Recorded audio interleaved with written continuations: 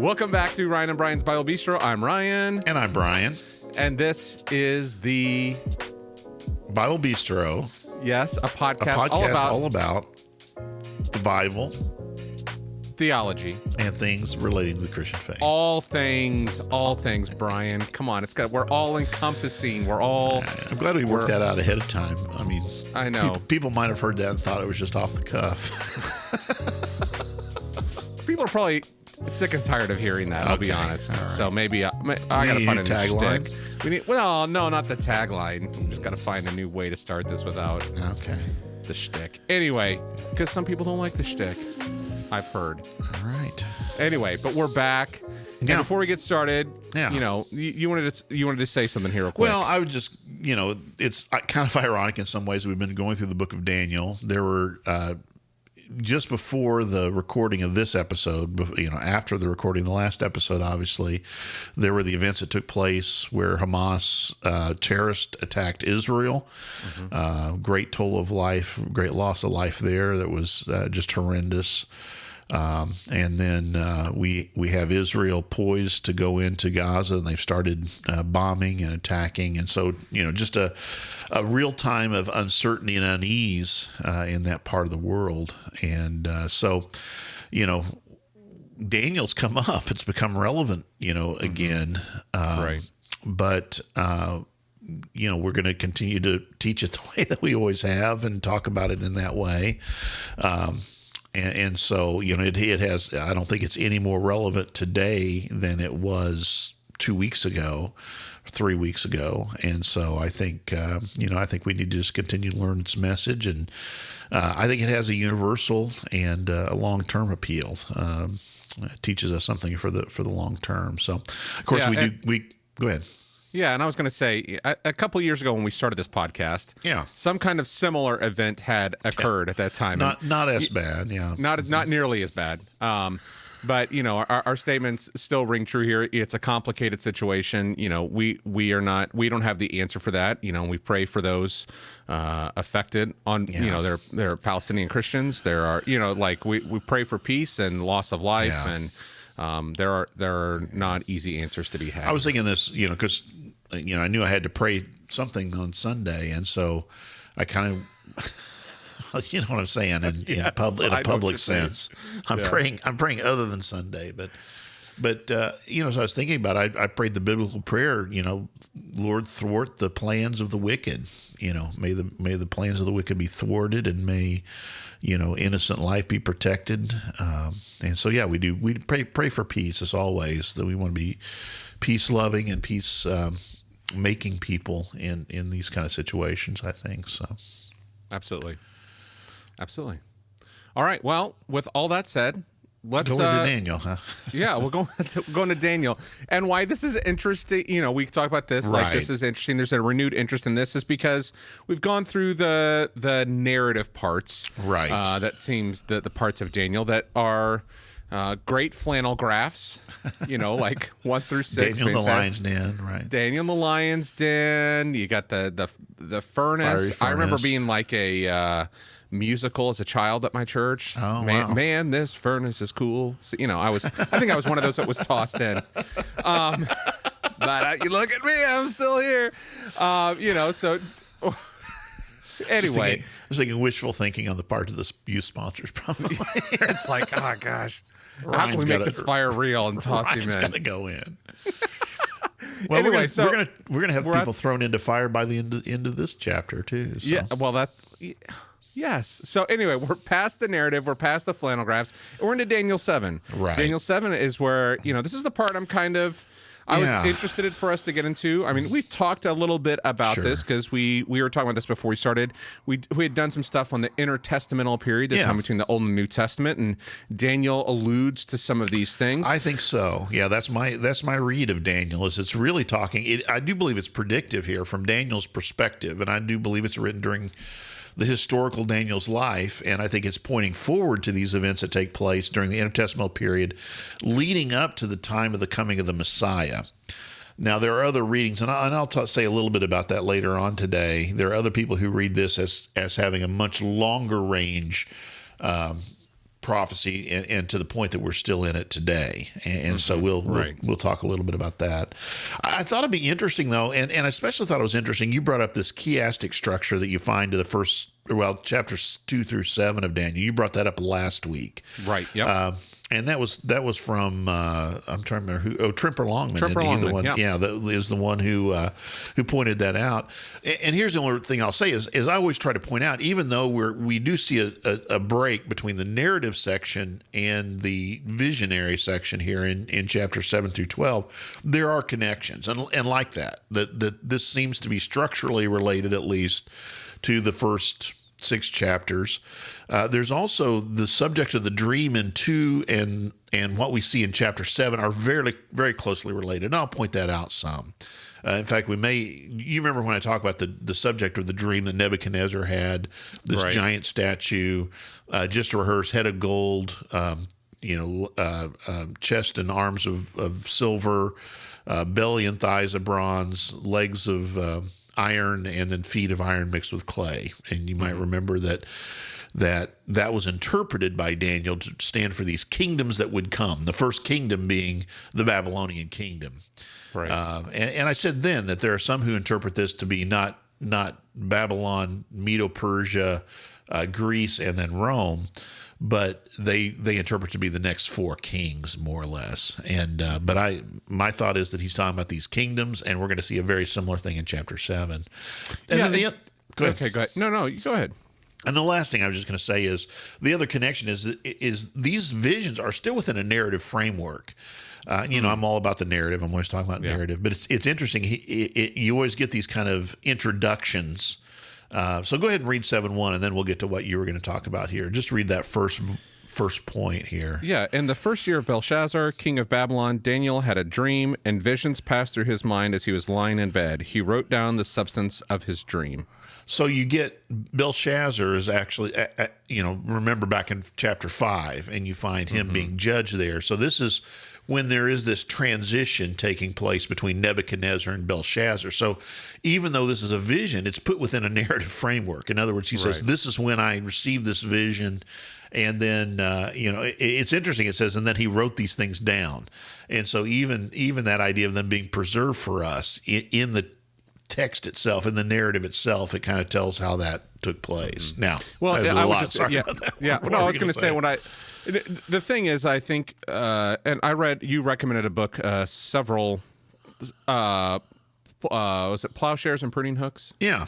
Yeah. Just talking about the nature of some of this language in here is that it is talks about apocalyptic and prophecy. Is it opaque? It's cloudy intentionally. Yeah. Like it's not always a direct. It's not always perfect how we do this, and so we have to do our best to interpret some of this stuff. Sure. And it is prophetic, it is coming true, but it may not be exactly how we've interpreted it to come true. Is that right? I think that's true. Yeah, Brent Sandy is the author of that book. Pruning Hick. What was it? Say again. I think it's Plowshares and Pruning Hooks. Plowshares and Pruning Hooks. I always get it backwards. But talking about that.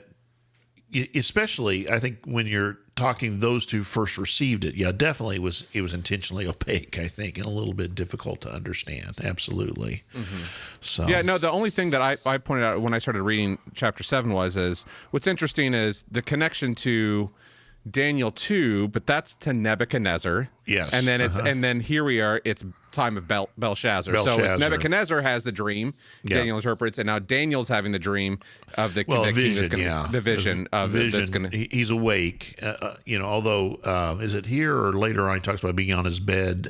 I think says he has a vision while he's on his bed at night, right? Is that what you just read in verse 1? He had a dream and visions passed through his mind as he was lying in bed. So.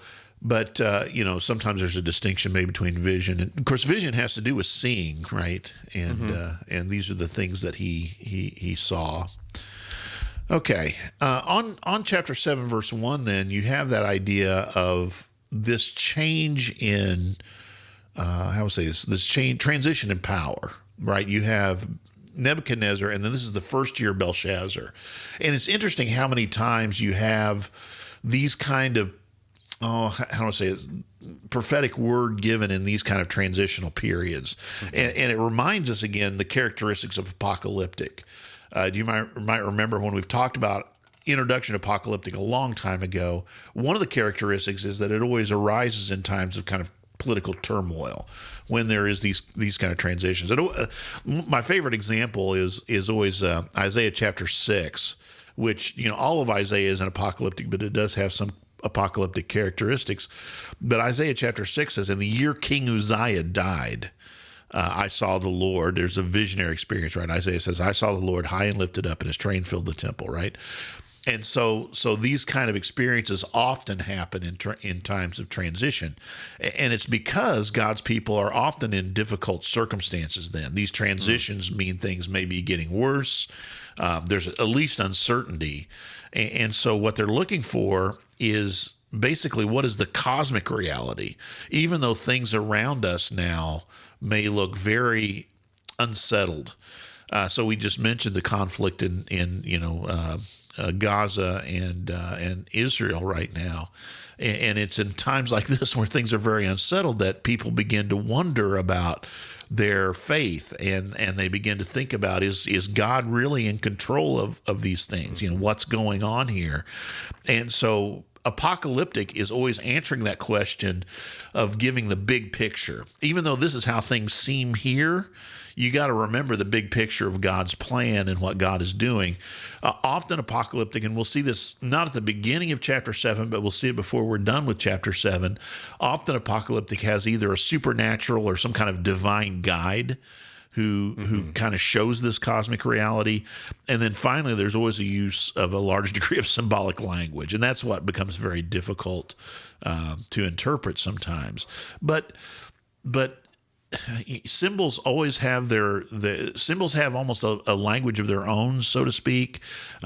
Speaking again, visionary. It's speaking in a visual media, and we're very adept at. I'm saying our culture is very adept at interpreting. Like movies, like we've talked about this before, visual effects in movies we can interpret very well. And it's the same kind of thing. There's a symbolic language we have here in apocalyptic that helps us understand this. So, okay. All right. So, yeah, go ahead. No, nothing. We got the foundation here. We're ready to roll. There we go. Go ahead with verses 2 and 3 then, if you'd read that for me. Daniel said, in my vision at night, I looked, and there before me were the 4 winds of heaven churning up the great sea. 4 great beasts, each different from the others, came up out of the sea. Okay, so a couple things I'll say here. The 4 winds of heaven themselves kind of mark this sense of transition. Four winds, if you think about it, there are 4 cardinal directions, we always say, north, south, east, and west. And the idea of the 4 winds coming from each of those is kind of the idea that everything is in flux and everything is kind of blowing. I was thinking about, one of my favorite songwriters is Bob Dylan. And, he wrote this song, Blowing in the Wind, and it's that he wrote that in a time of turmoil in the United States, and it's kind of that we even use this term, right? Everything's up in the air. Everything's kind of uncertain. So the 4 winds of heaven kind of signal that. The sea is mentioned here, which for Israelites was always a place of danger. The sea, they always thought about kind of the primordial sea, and that's where bad things come from. It's really interesting, especially for Israel, because they were never sailors. They turned their back on the sea. They didn't take the coastline. They didn't have a lot of port cities in the ancient world. And so the sea was always a place of danger and uncertainty and kind of turmoil for them as well. So this is where this beast comes from. And I want you to remember some of these details, because I'm actually if we did this all the time, we would spend all our time flipping back and forth the book of Revelation, because John uses Daniel's language like a hip hop artist sampling, some previous hip hop artist. Well, I was going to say R&B, that kind of thing.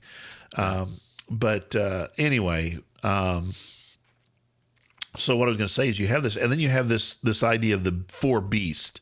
And I mentioned before, there's this idea that chapter 2 we've already seen for this number 4 having significance, the 4 kingdoms that are to come. And so it's probably, it would signal that for us, that we're expecting something tied to the 4, that series of 4 that we saw then. I just looking at my notes and I put it in the wrong place, so I apologize. Go ahead and read chapter 7 and verse 4. Okay, chapter 7, verse 4. The first was like a lion, and it had the wings of an eagle. I watched until its wings were torn off, and it was lifted from the ground so that it stood on 2 feet like a human being, and the mind of a human was given to it. Now, we're going to get... So these beasts are not always going to have... they're not always going to be the kind of things you can go to the zoo and look at, right? This is a lion with wings like a beast. And I'll never forget the first time this came together for me. And it wasn't something I was taught. It's something I went, oh, I think somebody tried to teach me this, but I slapped myself on the forehead. I went to the museum in London, the British Museum, and they have the gates of one of Nebuchadnezzar's cities there, gates of Babylon there. And the imagery there, I wish we had a picture of it, but the imagery there is of a lion with wings and then a head, kind of like the Sphinx, a head of a man, right? Mm-hmm. And that was a symbol of Nebuchadnezzar's empire and the Babylonian empire. That was one of their symbols that was used. But it's interesting, even this is where the note before I made in Jeremiah chapter 49. What Jeremiah is talking about here is that God is going to send a ruler who's going to bring judgment on the Babylonians and take them into exile. And of course, I'm sorry, the Israelites. Did I say the Babylonians? Yeah. Going to bring a ruler to judge the Israelites and take them into exile. And of course, that is none other than Nebuchadnezzar. In chapter 49 of Jeremiah, verse 19, he says, "Though you were ruined and made desolate and your land laid waste, now you'll be too small for your people, and those who devoured you will be far away."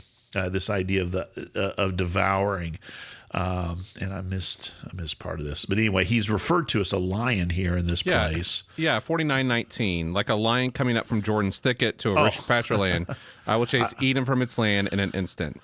I was in Isaiah. Read that again. I'm sorry about that. Yeah, no. So this is Jeremiah 49:19. Like a lion coming up from Jordan's thicket to a rich pasture land. I will chase Edom from its land in an instant. Who is the chosen one I will appoint for this?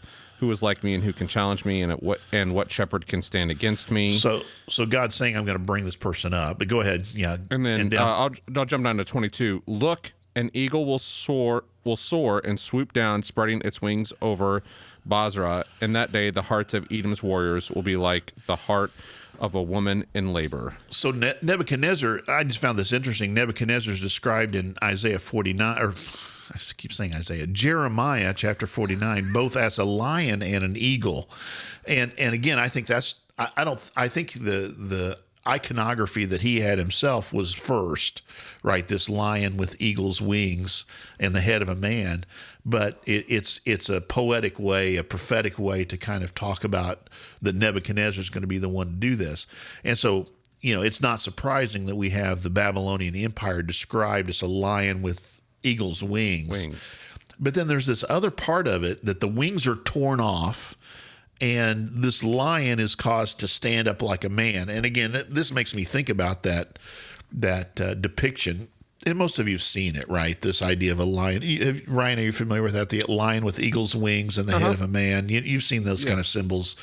And so this idea that he's being made to stand upright like a man, given the heart of a man, is the way that it's said here. And what does that sound like to you? What does that remind you of that we've seen already in the book of Daniel, would you say? It sounds like Nebuchadnezzar going nuts and eating the grass. And becoming a beast. And so here's like the inversion of it a little bit here. Here's the thing, I think, is so the wings, and we'll get to the humbling. Right, lion is the most was seen in the ancient world as the most ferocious beast. So it was kind of the power. The eagle's wings talks about the speed. So you imagine again like kind of the Babylonians taking over the ancient world, but now the wings being taken off is a bit of a humbling experience. And then and so you think back to that chapter where we have this really weird story about Nebuchadnezzar essentially becoming very proud that he had done these things on his own. And God basically saying, no, you got to remember that I'm using you as a tool in my hand. And yeah, you mentioned he ate the grass of the field like a beast, and then was given this heart of a man. And so I think what we're symbolizing here is that transition we see in Nebuchadnezzar, even from his early reign to his later reign. So I think that's what this first beast is symbolizing. Chapter 7, verse 5 has the second beast that's mentioned there. Now I need to get out of Jeremiah I'll read it here. Yeah. Now, just last week I had too much coffee. Brian told me before we started he's had no coffee today. So trigger warning last week, too much coffee for me. Trigger warning, Brian's had no coffee today. I've had no coffee. All right, so verse 5. And there before me was a second beast, which looked like a bear, and it was raised up on one of its sides, and it had 3 ribs in its mouth between its teeth. It was told, get up and eat your fill of flesh. Okay. So bears were also seen as ferocious, and usually they were kind of seen second. Because they were. Because they are, right? Oh, they're seen as ferocious back then. Today we pet them. No, they're still ferocious. But anyway, they were kind of second to the lion, right? And so here's this other kingdom that also has a degree of ferocity. And I'm kind of doing this. I'm cheating a little bit because I'll go ahead and tell you, we're going to see the same kind of reality of these 4 kingdoms played out again and again. This isn't the last time we're going to be introduced to these 4 kings. This is kind of the introduction. And like we've talked about in the book of Revelation in the past, there is more of a spiral nature to this than there is a long chronological one. So we're going to get the same story played out in different ways, emphasizing different things. You know what this sounds like to me? A little bit like Revelation. The book of Revelation. Amazing. Well, just wait if you think it sounds like it. So this bear then, and here's where I'm cheating. It says he's kind of on one side. He's leaning over is the way it's sometimes described. Up on, one side is lifted up is kind of the idea. And so this second kingdom is often described as uneven. And the second kingdom we call what? Do you remember the Medo-Persian? Medo-Persian. So it's really 2 different kingdoms that are come together. The Medes. And the Medes are very quickly, though, surpassed by the Persians. So this is probably that description of the up on one side is this idea that the Persians are going to be more powerful in the long run than the Medo part of the Medo-Persian Empire. And then he's got these 3 ribs in its mouth, and there's lots of debate over what this means. I think the best way to understand this is just talking about 3 kingdoms that the Medo-Persian Empire overtakes. They overtake the Babylonian, then they end up taking Israel as well, and then they take Egypt. And so these 3 ribs, and it says, fill up yourself on the flesh, basically, take over all of these. And so that's how I see this. I see that playing out. You want to say anything else about that? Any other comments or questions? No. So just for timeline's sake for me, as we talk about this, never mind. Because the Babylonians take over the Egyptians because they're called up. Wait. The 606. Assyrians do this. Battle of Carchemish. Yeah. That's when Egypt is destroyed by the Assyrians, correct? Yeah. Mm-hmm. Okay, sorry. I'm getting all my battles mixed up. All these guys are fighting constantly. I get it. Yeah. Okay, so anyway, they come through, they take the Medo-Persians take the Babylonian Empire, they take Israel, and they take Egypt. Egypt. Yeah, which was the powerhouse has now been... Right. And that takes place, obviously, that's the transition between chapters 5 and 6, right? Or in the beginning of chapter 5, I should say. That's where you see the Belshazzar's writing on the wall, which we talked about then. So then there's this third kingdom, not to give it away, but look at chapter 7, verse 6. Yeah. After that, I looked, and there before me was another beast. Lots of beasts running around here. One that looked like a leopard. Yeah, that looked like a leopard. And on its back, it had 4 wings like those of a bird. The beast had 4 heads and was given authority to rule. Okay. So the leopard is known for speed, right? That's what's, and I keep saying kingdom, and I'm kind of giving away the ending because later on that's the interpretation that's given. But leopards have to do with speed, and then you get 4 wings, right? Not just a couple of wings, we get 4 wings here.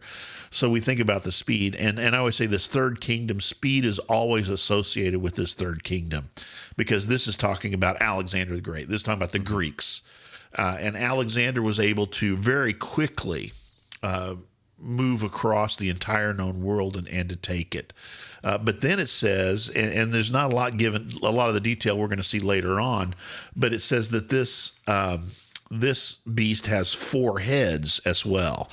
And of course, Alexander died young, and after him, you might remember, as we mentioned, we had a whole episode on this in the intertestamental period. 4 of his generals end up fighting over his kingdom and trying to take over the empire, and so that period is called the Diadochoi period, the Diadochoi, and that's probably what these 4 heads are talking about: the Seleucids and Ptolemies and the Antigonus and the other dude. So that's what this is why you come to the bistro, for that deep details. So that's what this beast is referring to. Other guy. Yeah. Now chapter 7, verse 7. After that, in my vision at night, I looked, and there before me was a 4th beast, terrifying and frightening and very powerful. It had large iron teeth. It crushed and devoured its victims and trampled underfoot whatever was left. It was different from all the former beasts, and it had 10 horns. Okay, so a couple of things here. The first is that this beast isn't described by an animal. It's a beast of another kind, so to speak. And there's some, it's, how's it described there? Terrifying, right? It's terrifying and frightening and very powerful. So we're thinking about, maybe some kind of a mythical beast, something that's even more, beyond what we could imagine, what we've seen in the beasts that are described leopard, so far. and bear. Exactly. And the other interesting thing, I think, with this beast is that iron is mentioned. It's teeth of iron that's used to crush.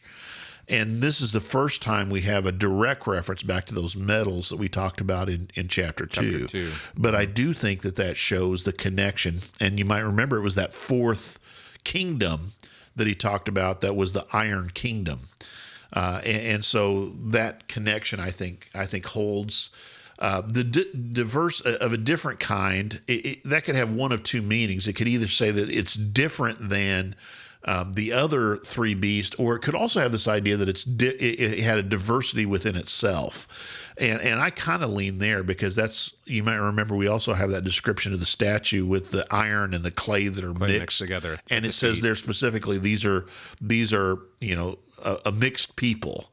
Is what it says back in chapter 2, and so there's a tension there, and so I think that may be what that diversity or that difference is talking about. But then he says that this beast has 10 horns, and horns in apocalyptic literature and symbolically just in general often refer to rulers, and we're going to see that this is what these 10 horns refer to. I think we're talking here about Rome, and we're talking about the leaders of the Romans. Although there's this other little horn that takes place that, depending on how we interpret this horn, gives us a little bit of pause when we think about how to understand it. So that's where we're getting to chapter 7 and verse 8. I'll go ahead and read that since I've got it here in front of me. Okay. It says, and I should say that kingdom there, that beast, which we're going to see as a kingdom, it goes beyond the others in basically devouring everything else that is left, everything that is done. Yeah, crushed and devoured its victims and trampled underfoot whatever was left. Yeah, whatever was left. So then verse 8, what I was thinking while I was thinking about these horns, and I find this, I find this interesting because it shows that Daniel, these visions are given to him, and he also ponders them. We talk about Daniel's wisdom. We talk about his, and it's like I was thinking about these things, and I didn't understand them, was kind of the implication of it. While I was thinking about these horns, there was before me another horn, a little one. Probably here we're talking about a ruler who started off smaller or started off with less standing, which then came up among them, and 3 of the first horns were uprooted before it. This horn had eyes like the eyes of a human being and a mouth that spoke boastfully. And this is going to become an important part of this whole description. So I thought at this point, before we go too much farther, it might be interesting. Like I said, we're not going to do this all the time, but look back at Revelation chapter 13. Can you turn to that for me? I can. And kind of read those first 5 verses. Actually, let me do that. Here's what I want you to do. Ryan, I want you to listen. And we've not rehearsed this ahead of time like we usually rehearse these shows. I'm going to read this. That's why it's so smooth like butter. I'm going to read this, and I want you to listen, and I want you to notice all of the parallels that you can think of here as I read this. Okay. So chapter 13:1 starts with, the dragon stood on the shore of the sea, and I saw a beast coming up out of the sea. It had 10 horns and 7 heads, with 10 crowns on its horns, and on each head a blasphemous name. The beast I saw resembled a leopard, but had feet like those of a bear, and a mouth like that of a lion. The dragon gave the beast its power and his throne and great authority. One of the heads of the beast seemed to have a fatal wound, but the fatal wound had been healed. The whole world was filled with wonder and followed the beast. People worshipped the dragon because he had given authority to the beast. And they also worshipped the beast and asked, who is like the beast? Who can wage war against it? The beast was given a mouth to utter proud words and blasphemies, and to exercise its authority for 42 months. So what similarities or differences do you notice here? Well, coming out of the sea. Yeah. Okay. The beast coming out of the sea. We have the bear, lion. Do we have leopard? Leopard. Mm-hmm. Yeah, we had leopard there. We had the 10 horns and the crowns on them. Then we had the oh gosh. Then we had, what was the last thing you were just talking about? Oh, the mouths, the blasphemy. The blasphemy and the proud utterings. That's why I kind of stopped there, because so now the interesting thing is the difference here is John makes this one beast, right? Mm-hmm. But he uses this same kind of symbology. He uses these same kind of same kind of symbols. He uses the same kind of language here to talk about these things. But he's writing in a time where that final beast is the one who's this iron tooth beast that we're talking about iron back in and Daniel. Clay tooth beast. Right. He's the one who's living during that period of time. So again, we can't do this all the time, but I do want you to hang on to that last thing. It says that he spoke these blasphemies for 42 months. Hold on to that for just a minute. We'll talk about that a little bit later. Mm-hmm. So then we get a shift of scene, and we get chapter 7, 9a. While I'm thinking about these things, Daniel says, we have this little horn that grows up. But then the beginning of verse 9, it says, as I looked, thrones were set in place, and the Ancient of Days took his seat. So Ancient of Days here, the Ancient One or the Ancient of Days, has to do with the Eternal One, basically. And so we're talking about the Lord God in this case. And while all this is going on, and particularly in this situation where there are these blasphemies and this proud, ruler is speaking out of pride, the thrones are set in place, and God is on his throne. So the image here, of course, is that ultimately, no matter what happens with these other kingdoms and all their pride and whatever, God is the one who's ultimately the one who's sovereign. He's the one who's ultimately the one who's ruling. And also there's this idea of judgment we're going to see, that he's going to bring judgment on these beasts and on what they stand for, essentially. So go ahead then and read verses 9b through 10 And we'll think a little bit about those images, the way he's described. Yeah, as I looked, thrones were set in place, and the Ancient of Days took his seat. His clothing was as white as snow. The hair of his head was white like wool. His throne was flaming with fire, and its wheels were all ablaze. A river of fire was flowing, coming out from before him. Thousands upon thousands attended him. 10,000 times 10,000 stood before him. The court was seated, and the books were opened. Yeah, there we go. It's Revelation 2, right? Well, and I don't know if you remember Revelation chapter 1, but this is the way Jesus is described essentially here, with his hair like white wool. Mm-hmm. So white, there's two main images here we have in description of God himself. And there's different words that are used for this, but one is the pure white, and the other is the fire, right? There's a lot of fire here. Blazing wheels, there's a river of fire, all that kind of stuff. So the white, the symbol that white typically symbolizes purity. Mm-hmm. Or we would say, the theological word, we'd say holiness. So white refers to God's holiness, that he's set apart. He's above all of these other rulers.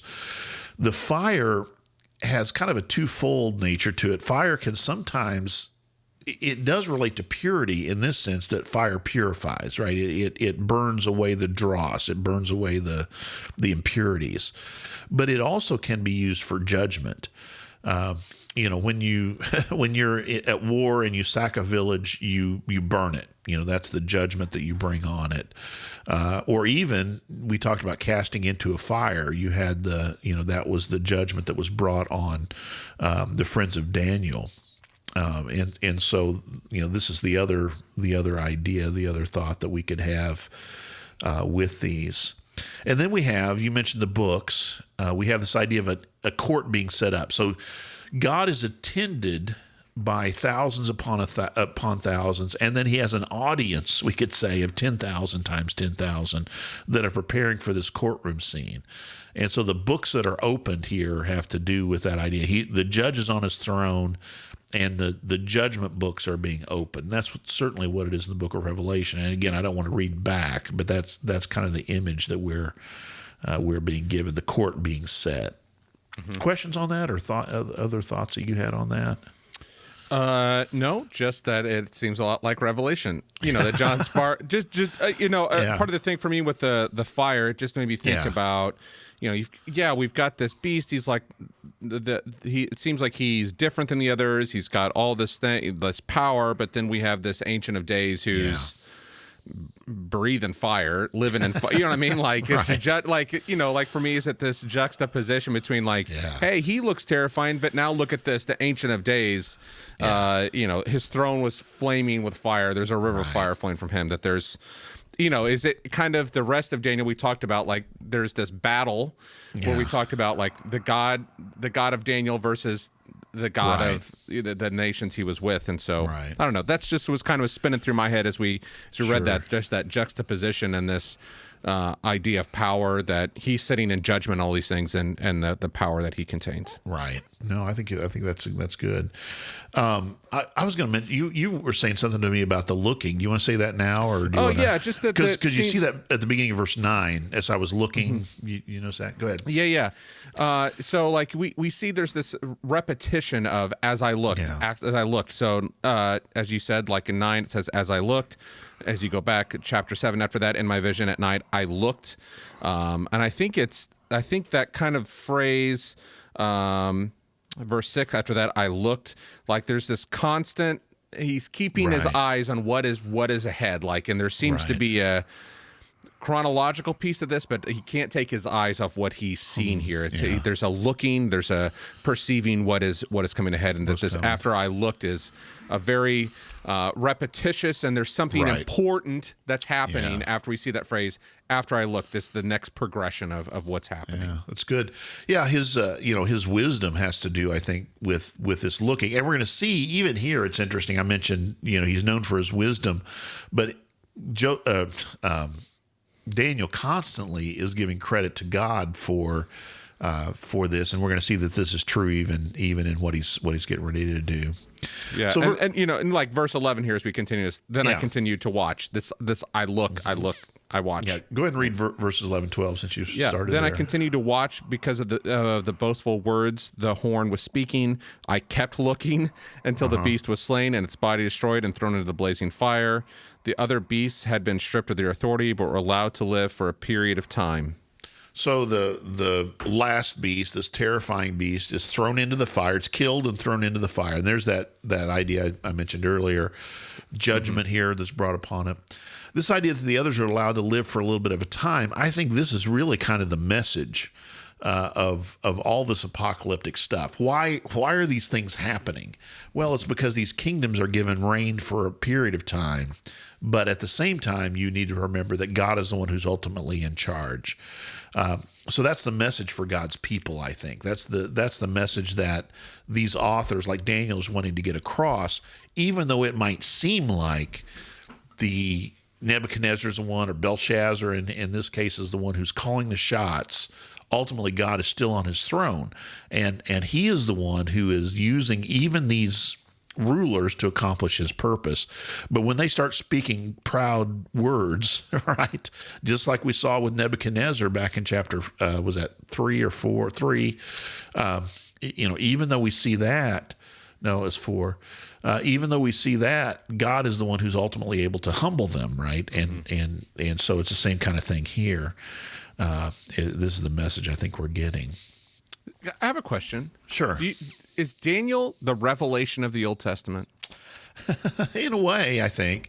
You're talking about when it appears, and it's at the end of the book. It's not the end of the book, but it seems like, we look at the book of Revelation, and it is for a people in a time of distress. You know what I mean? Again, we've talked about that. This is the nature of apocalyptic literature, but it seems to be like, hey, here's some things that are going to go down. You know what I mean? Like here's, we talked about the cycle thing. As I say, like this seems like Revelation. Would this have been, and I mean, I know there's other prophetic literature that's happening there, but it's just the same kind of, I know we can't exactly peer in their heads, but how did they perceive this? Like this is stirring up for them something of that Revelation should stir for us. I think it is similar. I mean, there's other similarities too, right? Because John is captive of Rome on Patmos, and of course Daniel was taken into captivity into Babylon. So you have that kind of thing. So I think they give right. I guess I think that's the beginning of the similarities. Is the situation that God's people find themselves in during the period of the Babylonian captivity and the period of the Roman oppression are very similar. Does that make sense? Yeah. And so you say, is Daniel the, I guess the way to really ask the question is Revelation, the Daniel of the New Testament, right? Because, well, you get what I'm saying is because you can't read it backwards. I understand. Daniel came first, and I mean, I've already tried to show you, and I mean, I've already passed up other opportunities we had to show you that there is no question that John uses the language of Daniel in order to get across his message. And the other thing I'll say is his message is very similar. The Caesars seem to be, Nero seems to be in charge, or Domitian in this case seems to be in charge and seems to want only bad things for God's people. But you've got to remember that God is on his throne. And that's what I think is here. Because now think about Revelation again. Now, see, now you got me started. What's, after the letters to 7 churches, what's the first thing that happens? Is we're given a glimpse into this throne room scene, right? That there is this throne and there is God on the throne. And that's that, I said that cosmic reality. When we look with our, and this is the looking stuff you were talking about too, right? When we look with our human eyes at the situation around us, like right now, we say, well, there's division in our own country. There's war in Ukraine. There's war in Israel. There's all these things going on, and that's what we see. And it seems like things are spiraling out of control. But there is a cosmic reality that would say God's plan has not been thwarted, and God's plan continues despite sometimes human evil, the actions of evil human beings, sometimes oppressive tactics of governments, right? God's plan continues despite all this. So that's why I think this message is relevant That's why I think it's just as relevant today as it was 3 weeks ago, though, right? Whatever situation we find ourselves in, we remind ourselves that God is the one who is ultimately acting in these things, and He's acting for the good of His people. So let me go ahead with verse. Does that make sense or not? No, it makes sense. Perfect. That's a good question, I think. So, verse 13 then, in my vision at night I looked, and there before me was one like a son of man. Now here's where we're going to get the real hero. Some of your older translations are going to say the Son of Man with capital S and capital N. Most newer translations will say a son of man, because it seems to be an indefinite article here there's a lack of an article here. So what it says then is that even as he's looking, again, in my vision at night, there was one who came with a cloud of heaven, it says, the Son of Man who comes with a clouds of heaven.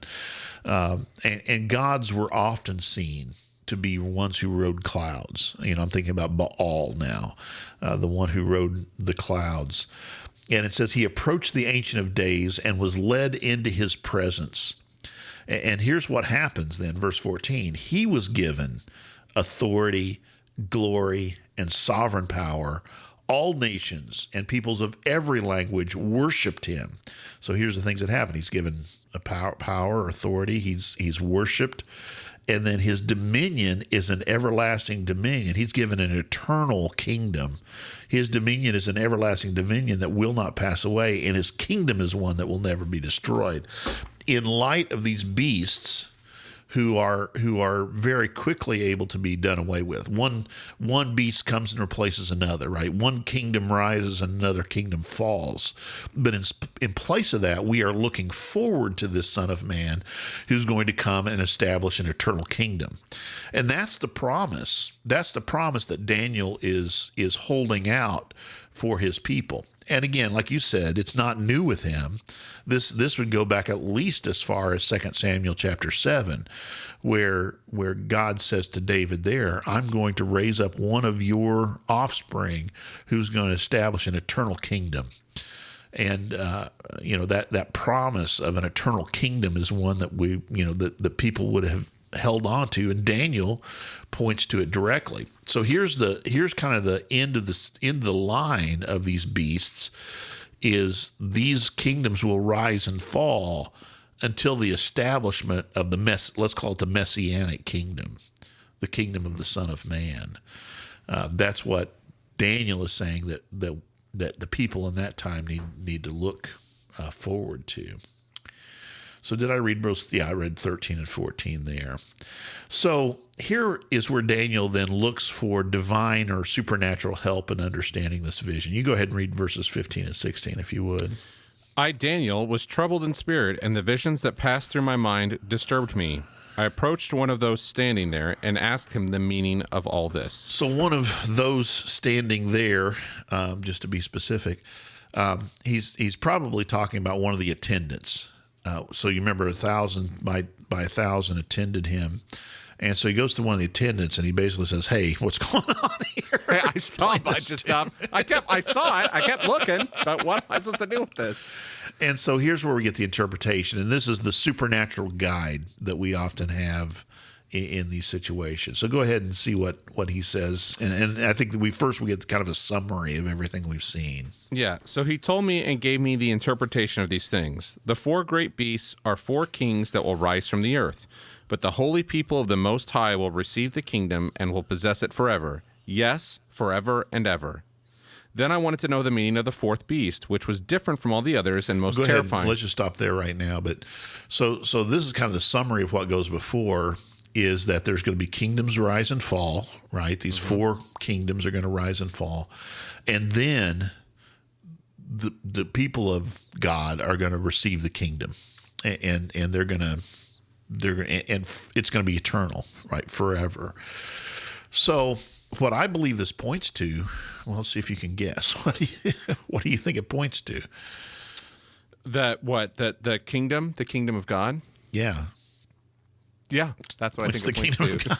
That's it. But it's interesting if we think about these kingdoms again in the way that I'm interpreting them. If we think about them as Babylonia, Medo-Persia, Greece, and then Rome, it's at that time.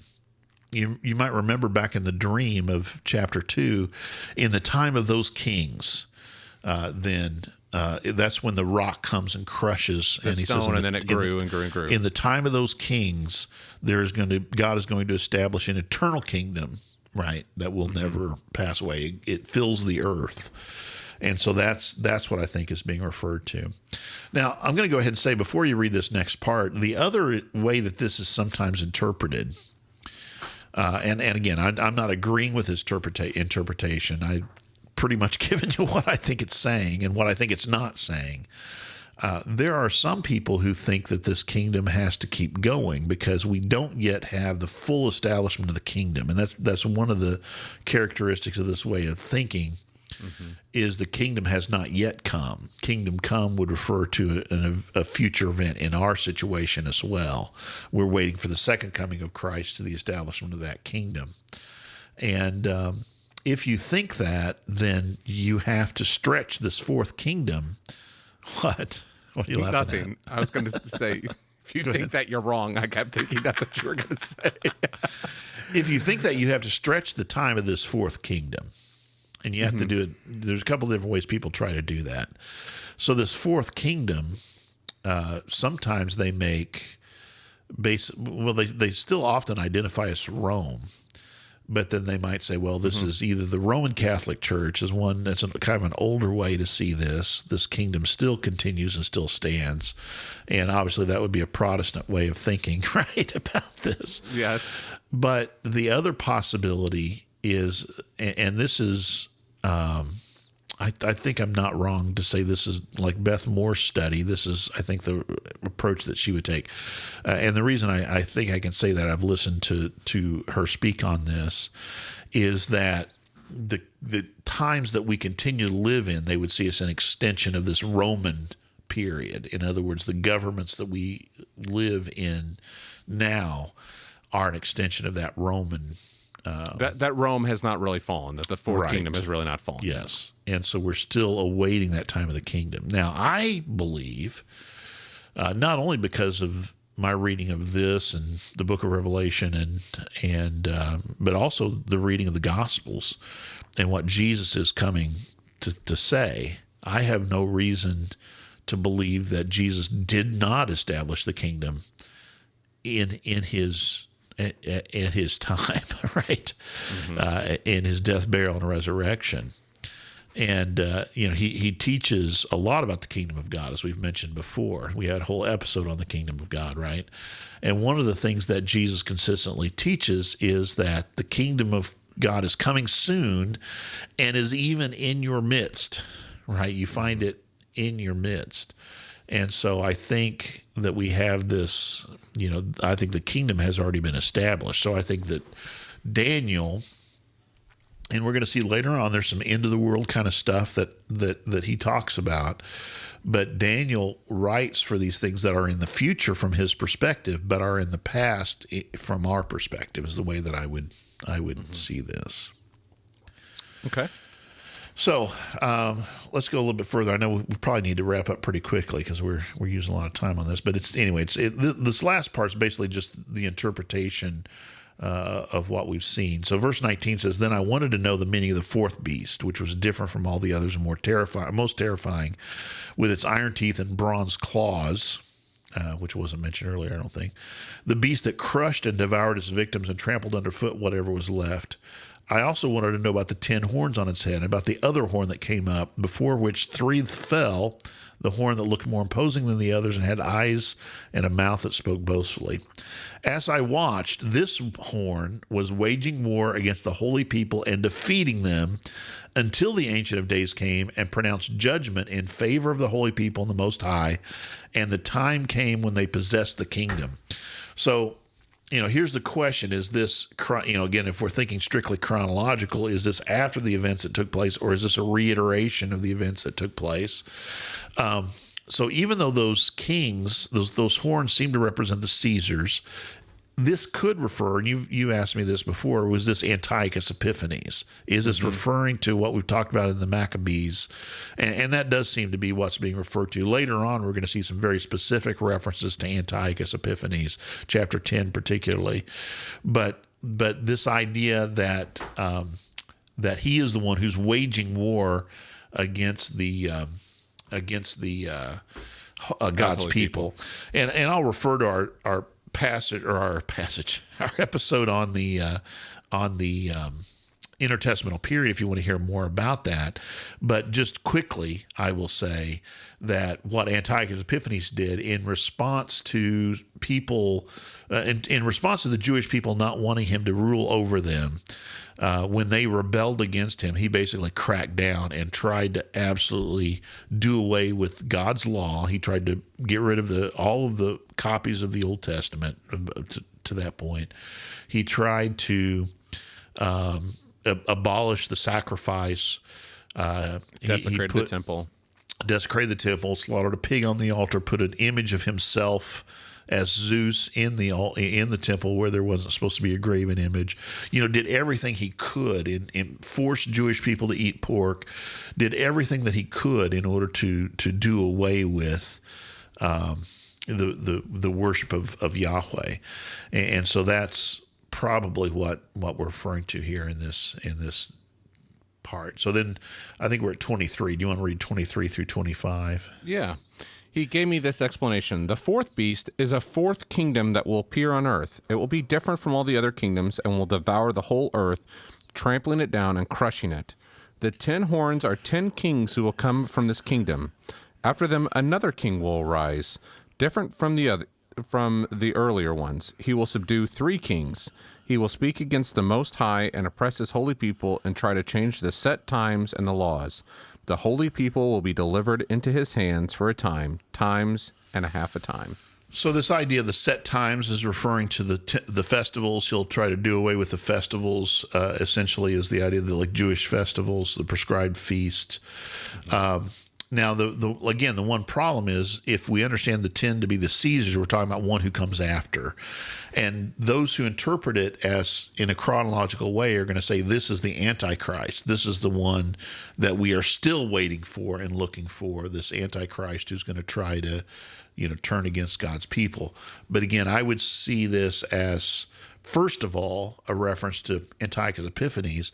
And then in the time of the book of Revelation, of course, we have the similar kind of thing happening with Domitian. And so, Nero, Domitian, I think it's kind of echoes. It's a repeated kind of thing that we see. Comments or questions on that? Anything so the first one with the 10 horns, the three of them that fell, the horn that looked more imposing, that's Antiochus, and now we're on to the fourth beast, and we're seeing Roman Empire, kind of this, it's kind of the same thing, Nero, Domitian, like in Revelation. And there's a repetition of that. Now, I want to mention this time, 2 times and a half a time, because that probably is referring to years. Mm-hmm. So a year, 2 years, times, and then a half a year. So that's together 3.5 years, which seems to be a pretty important period of time. It's the period of time that Antiochus Epiphanes, for example, was able to continue desecrating the temple for that period of time until Judas Maccabeus and the Hasmonean boys were all able to break in and take take that over. Yeah. That'd be a great band name, Judas Maccabeus and the Hasmonean boys. But this time, bluegrass, 2 times. it's going to be bluegrass, though, if you do it. This time, 2 times and a half time becomes, in apocalyptic literature, a very important, it becomes symbolic, really, for the time that we're losing. Yeah, time of trial, that kind of thing. So 3.5 years, which is equivalent to how many months? How many months? Well, so 36 plus 6, 42 months. 42. Which is also 1,280 days. 1,260 days. by 30. When you multiply by 30, it's 1,260, which is a Revelation term as well. But the 42 months we saw earlier in chapter 13. Right. The 1,260 days you see in chapters 11 and 12 of the book of Revelation. So those seem to be references back to this time, 2 times and half a time, times and half a time that we see here in this place. Yeah. Does that have some connection to?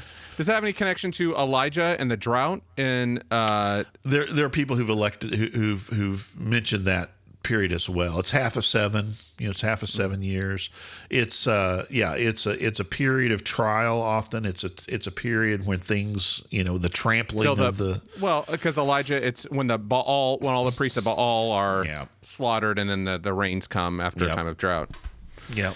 Okay. Sorry. So these are all these are all things that can have that kind of an idea. Yep. Okay. So then look at verses 26 and 27. But the court will sit, and his power will be taken away and completely destroyed forever. Then the sovereignty, power, and greatness of all the kingdoms under heaven will be handed over to the holy people of the Most High. His kingdom will be an everlasting kingdom, and all rulers will worship and obey him. Now, go ahead. Yeah, this is the end of the matter. I, Daniel, was deeply troubled at my thoughts, and my face turned pale. But I kept the matter to myself, except when I wrote it down. So that part, I think, has to do with just the things that are going to happen before God's people finally are vindicated, right? That's kind of what makes him turn pale at the thought of this. But verses 26 and 27, God's people are ultimately victorious. And the only thing I wanted to mention here is it seems to me, we immediately think that, and we go, oh yeah, the kingdom was established, and we have no problem with that, right? And Christ came, and now the church is the kingdom of God. There's all cats this and dogs playing together. There's all this thought, but I think for the people in Daniel's day, and maybe even Daniel himself, they would have thought of this as a political reality.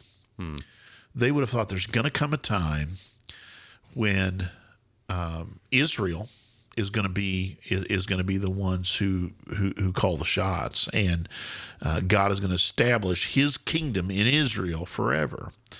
And the reason I mention that is this is what I think the problem we have with the disciples misunderstanding Jesus' teaching in the Gospels is they're thinking in very, we ought to say militaristic or political terms. James and John come say, hey, when you enter into your kingdom in Jerusalem, can we sit at your right and your left hand?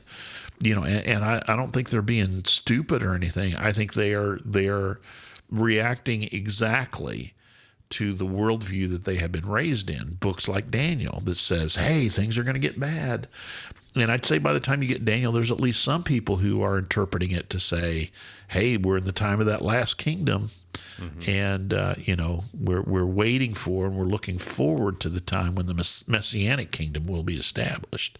So when you start to say things like, I think Jesus is the Messiah, and you start telling other people that kind of thing, this is where we get those passages where it's things like, the crowd is following him, John chapter 6, and they try to make him king by force. They're like, this is finally the way it's happening. That was the widespread thought, and I think it comes from passages like this. Again, we look at this and we're like, after the death, burial, and resurrection, and after Jesus teaches about the kingdom of God for 40 days, we have an understanding that this is not a political kind of kingdom, but is a spiritual kingdom, or however we want to put that. And I just wanted to point out, I think in Daniel's day, they would have seen this. I mean, the kingdom of God would have been, hear what I'm saying, no different than the way the Medes and the Persians defeat the Babylonians. Right, exactly. I mean, and that's the whole problem of most of the New Testament. With Jesus is beginning, they can't understand it. It reminded me, we did the episode on, I think it was Mark 8, where Jesus had healed a man partially who was blind, and he saw people, but they were fuzzy like trees, and it was this parallel to how the disciples could see part of who Jesus was, but clearly couldn't see the spiritual reality of what was going on, that there was a progressive nature of them understanding who Jesus was. Yeah, I think that's right. Yeah, go ahead. just say, there's, I think the thing is, I always say is like, so what? So what do we do with this? I mean, is it, I think this is kind of the revelation piece for us again. Again, Daniel came first before Revelation, as you pointed out so clearly, how I misspoke. I mean, I wasn't, it was, no, never mind. Anyway, yes. But that, this is, the kingdom of God is coming, but it may not look how you think it's gonna. It's gonna look that God is on that God is on the throne here. I think that's the big message we take away, is that even in times of turmoil, even when everything might seem to be on the verge of absolute destruction, we place our trust in the fact that God is on the throne. We don't put our trust in horses. We don't put our trust in princes, right? We put our trust in the Maker of heaven and earth, and so I think that's the message. That's the message of the Book of Revelation. That's the message of the Book of Daniel. I think as well. Like I mentioned, in times when God's people were being affected by different kingdoms, but that's the message. Yeah, I feel like we've said that several times on this podcast. It's a constant theme. That it's constantly being reinforced in the Old Testament and the New Testament. It seems that there's both sides of that are happening there. That reminder of who God is. And I think that for that we want the Book of Revelation in some ways and the Book of Daniel to be complex, specific descriptions of what is to come, but I think the message basically is, no matter who might cause difficulties or cause problems for God's people, that God continues to be sovereign. That's the message, and I'm sorry if it's too simple. I'm sorry if it's just and that's where I think you see the repetition, but it's just being taught to us in different kinds of ways, I think. So I think this is kind of going back to the thing that we talked about at the beginning. Like, this is a time of seeming turmoil in our world, right. But this is not new. Turmoil like that we experience is not new. And, I think we can get caught up in kind of going, well, is this kingdom or this kingdom? But the main message I think that we're seeing here is that God is God, this is that he is on the throne and he is sovereign over all, and that no matter what may come, there is a kingdom. He is establishing his kingdom, and that he will. It's not in Daniel here, but he will return. It reminds me of a song. I usually bash on worship songs, right? But there's a group called City of Light, and they have a song called Ancient of Days. Oh, really? And the lines are, though the nations rage, kingdoms rise and fall, there is still one king ruling over all. Yeah. And it's, I think, though I may not see what the future brings, I know my God is the Ancient of Days. It's kind of this idea of, just as in Daniel and Revelation, who's copying off Daniel, that we don't know, but we have this message of God's judgment and that his people are rescued. He's sampling him. Yeah. Oh my gosh, this whole episode, it goes back to the R&B artist sampling. Yeah, John's sampling Daniel. So it reminds me of what Jesus says in the little apocalypse, that there will be wars and rumors of wars, right? But the end is still to come. Mm-hmm. And so, you think about all the wars in human history, and people saw the Yom Kippur War, the 7 Days War, as which is the last time we had an official declaration of war by Israel. They saw that as the beginning of the end, and all these different periods of time. The return of Israel to its homeland back in 48, I think.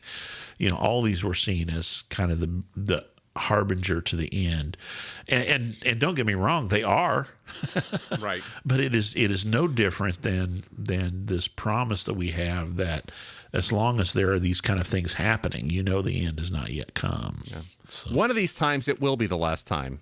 Absolutely. And I was talking to somebody this last week, and they were mentioning this, and I think they said it very well, but all it means for us is that we need to continue to be faithful. That's the message for us, is we need to continue to be faithful. Yeah. Well, Brian, thanks so much. Yeah. Deep dive into Daniel here. It's getting into the part, again, there's so much kind of things that are happening between the Old and the New Testament that illuminate Scripture and help us understand some of the things that are happening here, and how God's people would have heard this or experienced these things. But the most important message is that while this is all happening, that God is still overall. Right. All right. Absolutely. Well, Brian, thanks so much. All right. Looking forward to chatting with you next week. If you're enjoying the podcast, please share. If you're on YouTube, share, like, comment. Appreciate that. Share the podcast. You can become a supporter of ours. We got a new supporter this last week, Stacy. Welcome to the crew. Wow. Thanks, Stacy. We appreciate your support. Helps us pay for some of the costs of just doing this, and some of the labor that goes into it. Brian puts a lot of work, even though it didn't seem sometimes without the coffee, but Brian puts a lot of work into it. And we got the technical side of it. I don't know what I'm saying. It just some things came out differently today. Yeah, right. I was not on top of my. It was good. It was still good. You got Isaiah and Jeremiah. I mean, you got to mix up. Isaiah. They're close. But anyway, if you're enjoying the podcast, please share. Send us a message. We'd love to hear from you. Yeah. Brian, it's always encouraging when we hear somebody say, "Yeah, this has been helpful for me." So. Yes. Well, Brian, thanks so much. I appreciate it, and I'll see you next Tuesday. I'll see you next Tuesday. Bye.